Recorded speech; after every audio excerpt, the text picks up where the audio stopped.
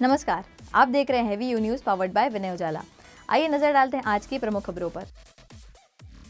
अमेरिकी सीनेट ने स्वास्थ्य सब्सिडी विस्तार किया खारिज। आईएमएफ ने पाकिस्तान को दिया $120 करोड़ का फंड। जापान में 6.7 तीव्रता का भूकंप, देश के पूर्वोत्तर में लगे झटके, सुनामी की चेतावनी। अमेरिका में एआई नियमों पर राष्ट्रपति ट्रंप सख्त, राज्यों की अलग नीतियां रोकने के लिए जारी किया नया आदेश। टैरिफ और H-1B वीजा शुल्क से भारत अमेरिकी रिश्तों पर असर, अमेरिकी सांसदों ने जताई चिंता। सैन फ्रांसिस्को में गैस विस्फोट, 6 लोग घायल, कई घर तबाह। ब्रिटेन के ब्रिस्टल म्यूजियम में चोरी, 600 से ज्यादा कीमती सामान गायब। ओडिशा के नाइट क्लब में लगी भीषण आग। इंडिगो के 4 फ्लाइट इंस्पेक्टर निलंबित। छत्तीसगढ़ आंध्र प्रदेश बॉर्डर पर घाटी से गिरी बस, 9 यात्रियों की मौत। पूर्व गृह मंत्री शिवराज पाटिल का निधन, 90 साल की आयु में लातूर में ली अंतिम सांस। पूरे देश में 13 और 14 को आतंकी हमले की इनपुट पर सुरक्षा एजेंसियां अलर्ट पर, वीडियो जारी कर पन्नू ने फिर दी धमकी। गुजरात के वलसाड़ में निर्माणाधीन पुल ढहा, 4 मजदूर घायल, 1 मलबे में दबा। भोपाल में 8 महीने के प्रीमेच्योर थे अधजले जुड़वा बच्चे, गांधी मेडिकल कॉलेज से डीवीआर जब्त करेगी पुलिस। सीएम के निर्देश पर आईएएस संतोष वर्मा को पद से हटाया गया, केंद्र को भेजेंगे बर्खास्ती का प्रस्ताव। 21 दिसंबर से भोपाल मेट्रो में फ्री सफर, 1 हफ्ते तक नहीं लेना पड़ेगा टिकट, वर्चुअली जुड़ेंगे पीएम मोदी। 45 मिनट में तय होगा आगरा से ग्वालियर का सफर, प्रवेश और निकासी के मिलेंगे 3 पॉइंट। महाकाल नगरी उज्जैन में स्काई डाइविंग की आज से शुरुआत, 15 फरवरी तक चलेगा इवेंट। इंदौर में सुबह 4 बजे से निकाली गई रंजीत हनुमान की प्रभात फेरी, 2 लाख से ज्यादा भक्त हुए शामिल। इंदौर में खालसा कॉलेज का दफ्तर सील, 1 करोड़ से अधिक प्रॉपर्टी टैक्स बकाया। सीएम डॉक्टर मोहन यादव ने 2 साल की रिपोर्ट कार्ड जारी किया, जिनमें कानून व्यवस्था मजबूती, 42 नक्सली सरेंडर, 1 लाख नौकरियां और भोपाल गैस त्रासदी के कचरे का निपटारा आदि सरकार की बड़ी उपलब्धियों में शामिल रहा। भोपाल में मुख्यमंत्री डॉक्टर मोहन यादव ने अपनी सरकार के 2 साल का रिपोर्ट कार्ड पेश किया। उन्होंने कहा कि प्रदेश में कानून व्यवस्था मजबूत हुई है, खासकर नक्सल प्रभावित इलाकों में, जहां 42 दिनों में 42 नक्सलियों ने आत्मसमर्पण किया। सीएम ने 2 वर्षों में 1 लाख से अधिक नौकरियां देने का दावा किया। सिंहस्थ के लिए क्षिप्रा नदी में स्नान की तैयारी पूरी कर ली गई है। नदी जोड़ो परियोजना से सिंचाई का रकबा बढ़ा है। इंदौर की हुकुमचंद मिल विवाद का समाधान और भोपाल गैस त्रासदी के कचरे का निपटान भी सरकार की बड़ी उपलब्धियों में शामिल है। ये तो नर्मदा जी से जुड़ गए थे, लेकिन ये पर्वतीय कालीसिंध चंबल का कैचमेंट एरिया है। इधर नीमच मंदसौर चंबल तो वर्षों से थी, गांधी सागर डैम भी वर्षों से था, लेकिन नीमच मंदसौर में सिंचाई का रकबा का माननीय गृह मंत्री जी मौजूद है। हमारा पानी, हमारी नदी, हमारा कार्यक्षेत्र, लेकिन पीकेसी योजना से अब लाभ पूरा लेंगे। ये पीकेसी नहीं, पीकेसी ने तो और एक नया दौर लिखा। माननीय प्रधानमंत्री जी ने जयपुर के अंदर भाषण में जिसको कोड किया श्रीमान नरेंद्र मोदी जी के शब्दों में, कि आज का ये जो पीकेसी पार्वती कालीसिंध चंबल योजना का शुभारंभ, ये नए युग की सूत्रपात है।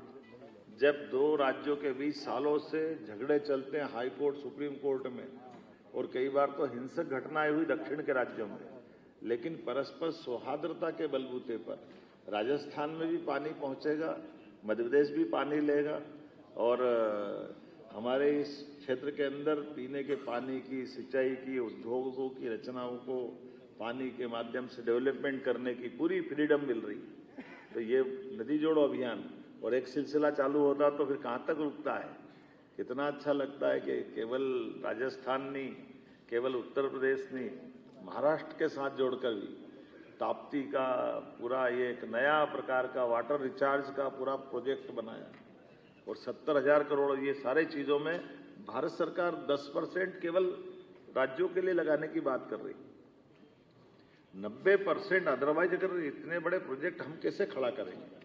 1 लाख करोड़ की पीकेसी योजना तो 90,000 करोड़ भारत सरकार दे रही, 70,000 करोड़ की पार्वती कालीसिंध चंबल योजना, ऐसे 70,000 करोड़ की हमारी ताप्ती के साथ योजना बनी, जो हमारा बुरहानपुर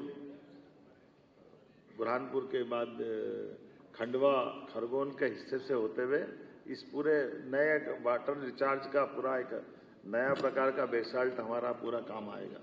उसी के साथ मंदाकिनी चित्रकूट के अंदर केन बेतवा का फिर रिवाइज प्रोजेक्ट दिया, जिसके आधार पर हमारी चित्रकूट की धारा भी सरसब्ज होगी, चित्रकूट का धाम भी जगमगाएगा। ये पार्वती काली सिंध चंबल योजना, और उसमें और नवाचार कैसे हुए, जल की रचनाओं पे भी जब ध्यान जाता तो आमतौर पर तीर्थ की रचना नदी माताओं के माध्यम से होती। तो अकेले उज्जैन को देखें तो उज्जैन की क्षिप्रा नदी में 2 चुनौतियां हमको थी। सिमस तो 80 में भी हुआ, 92 में भी हुआ, 2004 और 2016 में, लेकिन 80, 92 और 2004 तक जब सिमस्त हुआ तो क्षिप्रा जी के जल में स्नान करने जो साधु संत सहित धार्मिक श्रद्धालु आए, उन्होंने गंभीर के पानी में स्नान किया। गंभीर क्षिप्रा जी से लगभग 20 किलोमीटर दूर से पानी लेके लिफ्ट करके आए और उसमें स्नान कराया। स्नान तो हुआ, कुंभ भी हुआ, सिंहस्थ भी हुआ, लेकिन मन में भाव कचोटता रहा कि ये अपन किस जल से स्नान करा रहे हैं। साधु संतों को तो मालूम नहीं, लेकिन हमको तो मालूम है। 2016 में हमने नर्मदा जी में स्नान कराया। तो ये बात सही है कि नर्मदा जी के टाइम क्षिप्रा लिंग की योजना में नर्मदा का मिलन हुआ, तो ये संदेश तो था। तो कई संतों ने मजाक में कहा भी कि अगर हमको यहाँ आके स्नान करना है उज्जैन में तो फिर तो ओंकारेश्वर में ही कर लेना चाहिए, क्योंकि ये तो कुंभ सिंहस्थ तो उज्जैन में हो रहा है, जल तो आप नर्मदा जी का दे रहे हो। तो ये बात सही थी। मैं इस बात के लिए धन्यवाद देना चाहूँगा हमारे इरिगेशन डिपार्टमेंट के लोगों को, जिन्होंने इस चुनौती को लिया और हमने इस सिंहस्थ में क्षिप्रा जी के जल से स्नान करने का प्रबंधन कर लिया। इंदौर के रंजीत हनुमान मंदिर में 137 साल पुरानी परंपरा के तहत भव्य प्रभात फेरी निकली। हजारों भक्त रहे शामिल। रामायण झांकियां और भजन मंडलियों ने किया आकर्षित। महाआरती के साथ यात्रा संपन्न। इंदौर के रंजीत हनुमान मंदिर में चल रहे 4 दिवसीय रंजीत अष्टमी महोत्सव के तहत आज सुबह भगवान रंजीत की भव्य प्रभात फेरी निकाली गई। 137 साल पुरानी इस परंपरा में बड़ी संख्या में भक्तजन शामिल हुए। प्रभात फेरी में रामायण आधारित झांकियां और भजन मंडलियां लोगों के लिए खास आकर्षण रहीं। यात्रा सुबह 4 बजे मंदिर से शुरू होकर लगभग 5 किलोमीटर के मार्ग से होते हुए वापस मंदिर पहुंची, जहां महाआरती के साथ समापन हुआ। जगह जगह पर भक्तों ने यात्रा का स्वागत किया।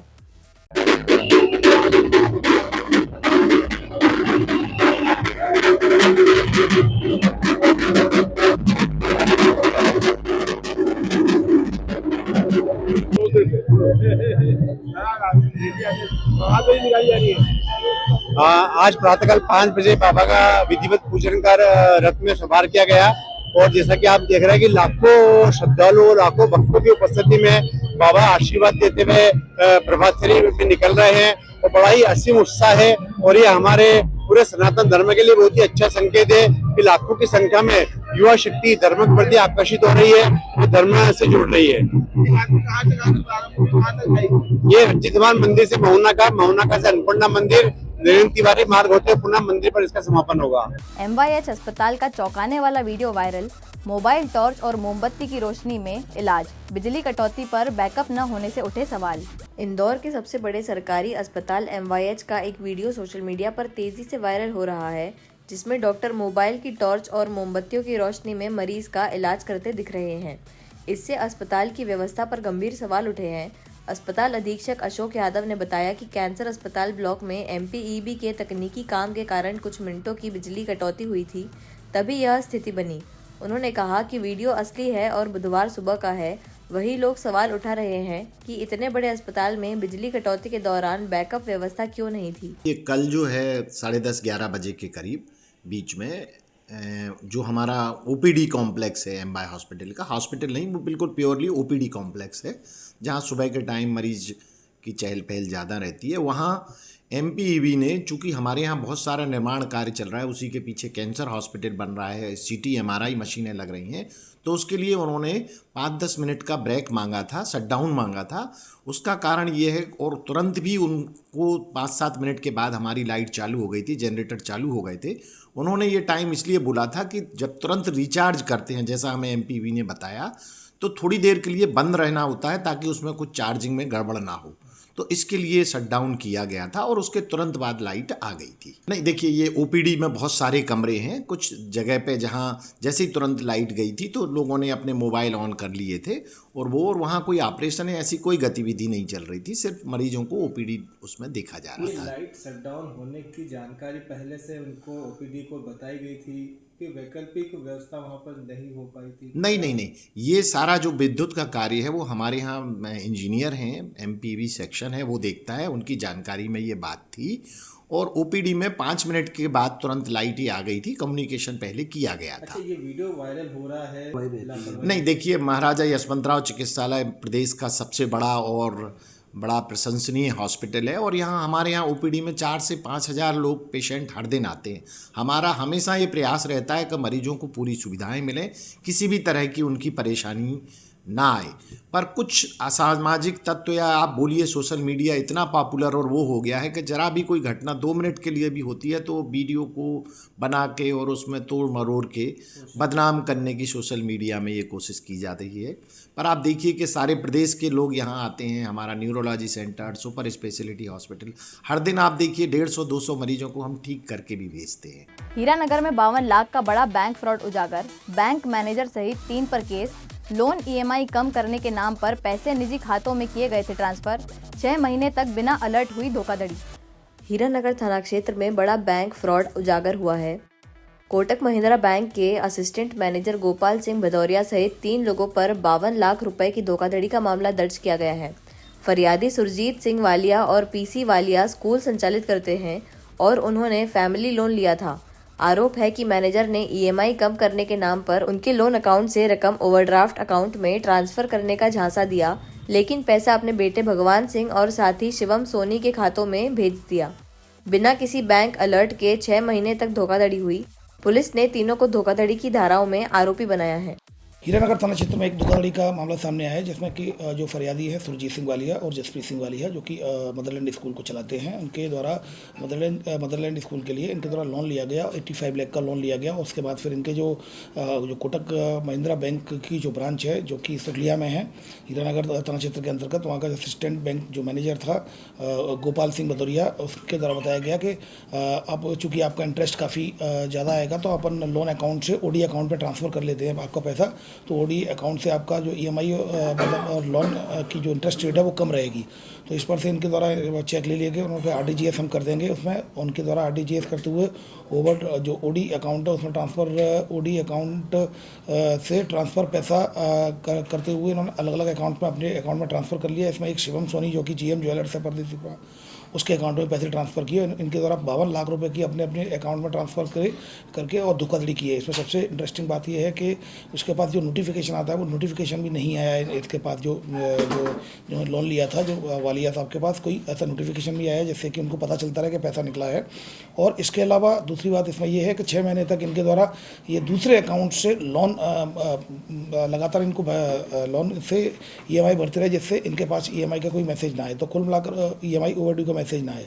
तो कुल मिलाकर ये 3 लोगों के खिलाफ जो कि गोपाल सिंह भदौरिया और भगवान सिंह भदौरिया, ये दोनों बाप बेटे हैं। गोपाल सिंह भदौरिया असिस्टेंट इंजीनियर, इनके पिता भगवान सिंह भदौरिया, और तीसरा शिवम सोनी जो कि जीएम ज्वेलर्स है से रिलेटेड है। तो उन तीनों के खिलाफ धोखाधड़ी के विभिन्न धाराओं में केस रजिस्टर किया कर इन्वेस्टिगेशन में लिया गया है। और इसमें चूंकि इसके पास नोटिफिकेशन नहीं आया है तो कहीं ना कहीं और अगर किसी भी बैंक एम्प्लॉय का अगर कोई इसमें कोई रोल होता है तो उसको भी आरोपी बनाया जाएगा। फिलहाल assistant bank manager Gopal Singh Bhadauria को आरोपी बना लिया गया। इंदौर में गर्भवती महिला से मारपीट का मामला दर्ज, पति और सास पर लगे गंभीर आरोप, पेट पर लात मारने की चोट से हुई पुष्टि। पुलिस ने केस दर्ज कर महिला को मेडिकल निगरानी में रखा है। इंदौर के राजेंद्र नगर थाना क्षेत्र में एक गर्भवती महिला से मारपीट का मामला दर्ज हुआ है। पीड़िता मुस्कान का आरोप है कि पुराने विवाद और नौकरी पर जाने को लेकर पति और सास ने उससे झगड़ा किया। इसी दौरान पति ने उसे धक्का देकर पेट पर लात मारी। पुलिस ने मेडिकल करवाया जिसमें चोट की पुष्टि हुई। इसके बाद दोनों आरोपियों पर केस दर्ज किया गया। एडिशनल डीसीपी राजेश दंडोतिया ने बताया कि अभी पीड़िता को चिकित्सकीय निगरानी में रखा गया है।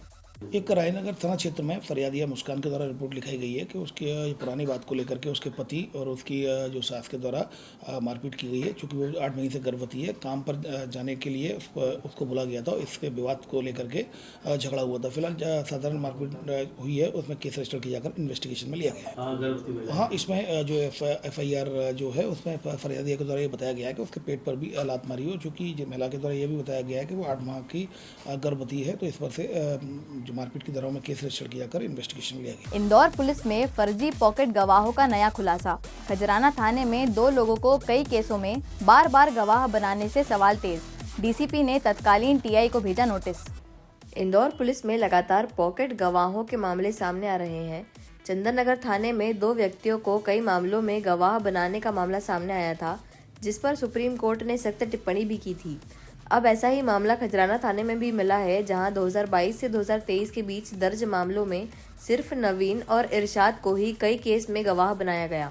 इससे फर्जी गवाह खड़े किए जाने की आशंका बढ़ गई है। DCP ने इस मामले में तत्कालीन थाना प्रभारी दिनेश वर्मा को नोटिस भेजा है।